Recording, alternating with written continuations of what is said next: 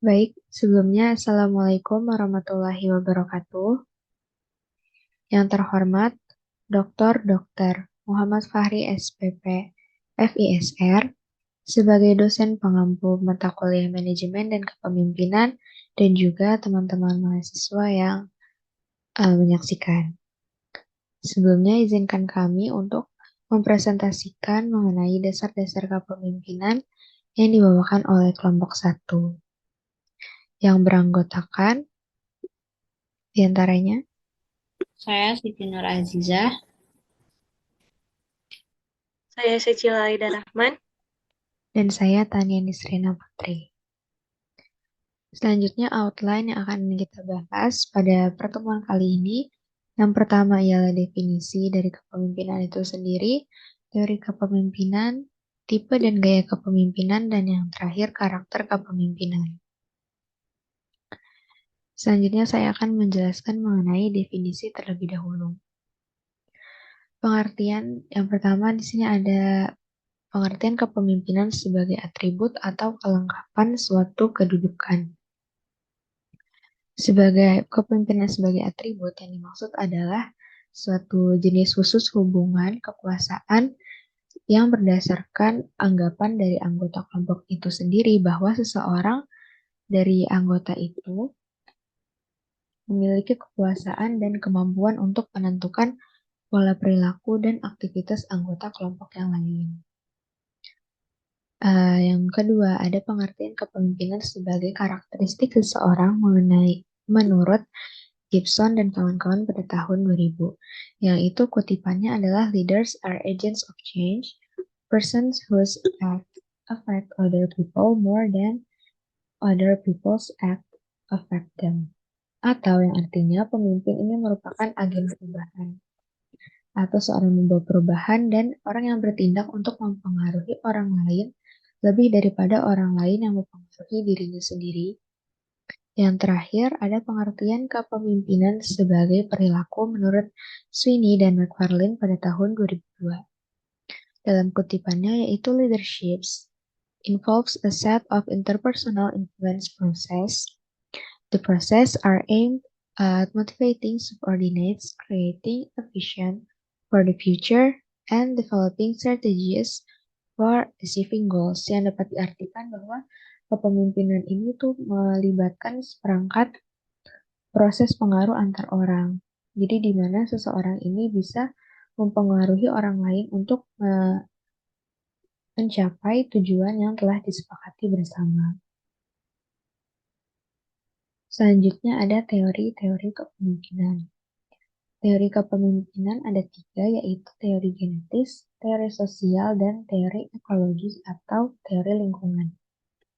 Yang pertama, teori genetis, yaitu pemimpin ini adalah sebuah bakat alami atau sebuah sifat-sifat alami yang dimiliki seseorang sedari lahir.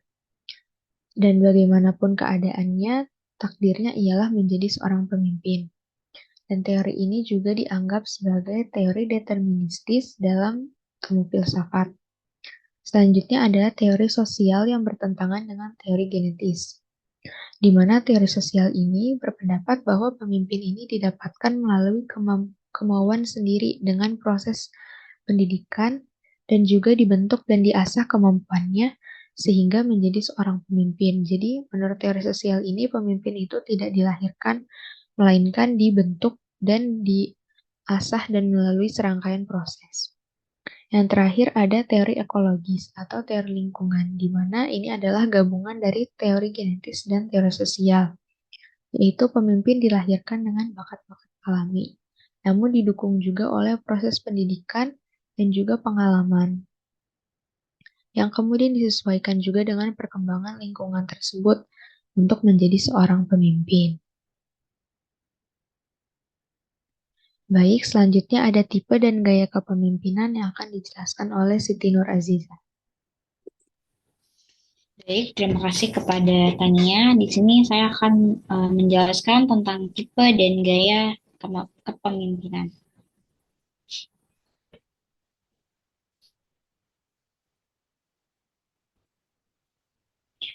baik. Di sini ada tipe kepemimpinan, yaitu yang pertama ada tipe otoritas.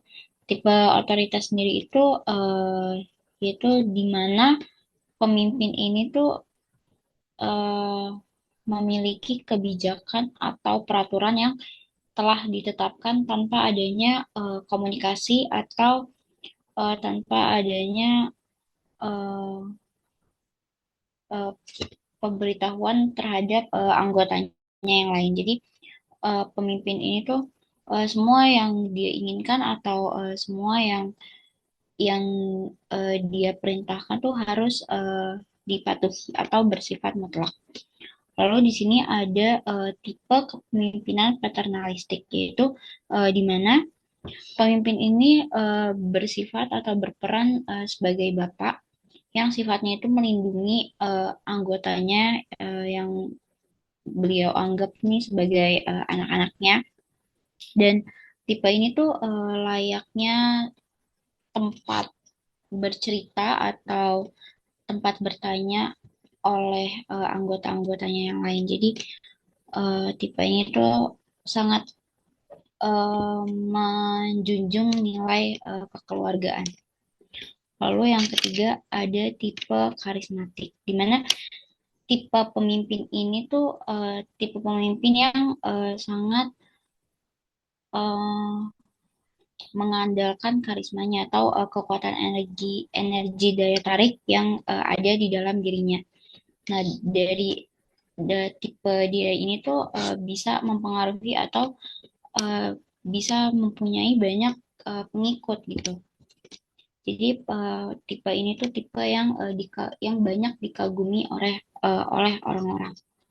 Lalu yang keempat ada tipe kepemimpinan demokratis, yaitu di mana pemimpin ini uh, tipe pemimpin yang dapat memberikan bimbingan yang efisien kepada para anggotanya, di mana pemimpin ini tuh sangat menghargai potensi setiap individu maupun mendengarkan nasihat dari para anggotanya. Lalu yang kelima ada tipe militeristik, di mana tipe ini tuh banyak dipakai di sistem pemerintah atau sistem militer juga, sistem komando dari atasan kepada para bawahannya yang bersifat keras. Lalu di sini ada gaya kepemimpinan. Gaya yang pertama yaitu ada demokratis, di mana gaya ini tuh suatu kemampuan yang uh, bisa mempengaruhi orang lain agar dapat bersedia atau mau untuk bekerja sama untuk atau dalam menuju tujuan yang sama.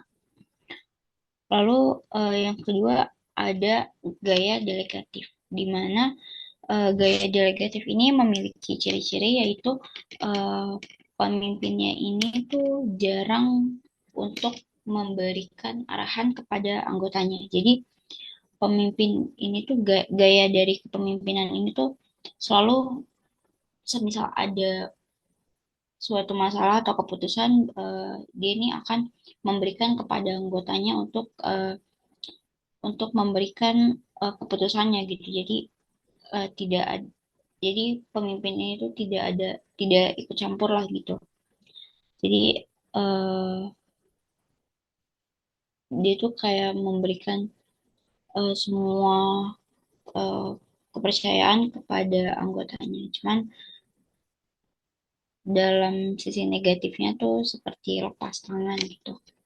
Lalu yang keempat ada laissez-faire, yaitu di mana gaya kepemimpinan ini tuh mendorong kemampuan anggotanya dalam mengambil inisiatif, yaitu di mana adanya kurang interaksi antara pemimpin dan anggota-anggotanya.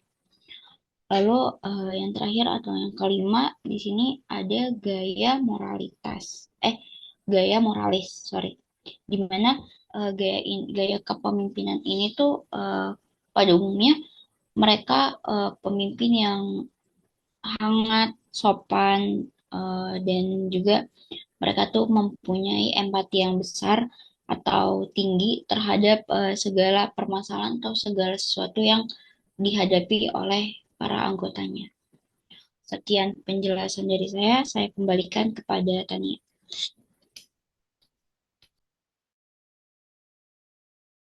Baik, terima kasih kepada Siti Nur Aziza. Selanjutnya, Cecila Alaida akan menjelaskan mengenai karakter kepemimpinan. Terima kasih kepada Tania. Selanjutnya pada materi dasar kepemimpinan ini ada karakter kepemimpinan. Nah, karakter kepemimpinan ini ada 8. Yang pertama ini cerdas.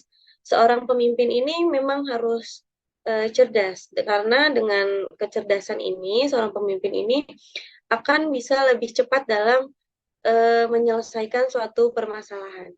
Lalu yang kedua itu ada bertanggung jawab. Memang mungkin bertanggung jawab adalah tugas yang sangat sulit, namun hal ini dapat lebih ringan apabila pemimpin tersebut dibarengi dengan iman dan takwa. Selanjutnya ada jujur. Seorang pemimpin harus jujur, karena dengan jujur seorang anggotanya ini bisa lebih percaya kepada seorang pemimpinnya gitu. Jadi anggotanya ini akan lebih mengikuti gitu, lebih mengikuti seorang pemimpinnya. Lalu yang keempat ini ada dapat dipercaya.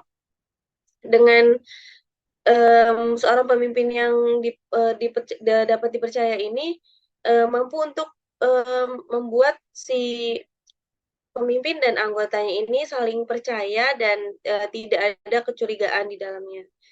Lalu yang kelima itu ada inisiatif. Apabila seorang pemimpin ini inisiatif, dia akan mampu untuk memutuskan segala hal dengan benar. Lalu yang keenam itu ada konsisten dan tegas.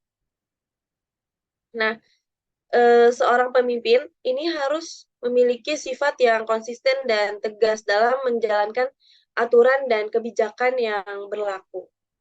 Lalu yang ketujuh ini adil. Seorang pemimpin juga harus adil sehingga tidak memperlakukan anggotanya secara berbeda-beda. Jadi dia melakukan memperlakukan anggotanya ini sesuai dengan tugas dan bidangnya masing-masing.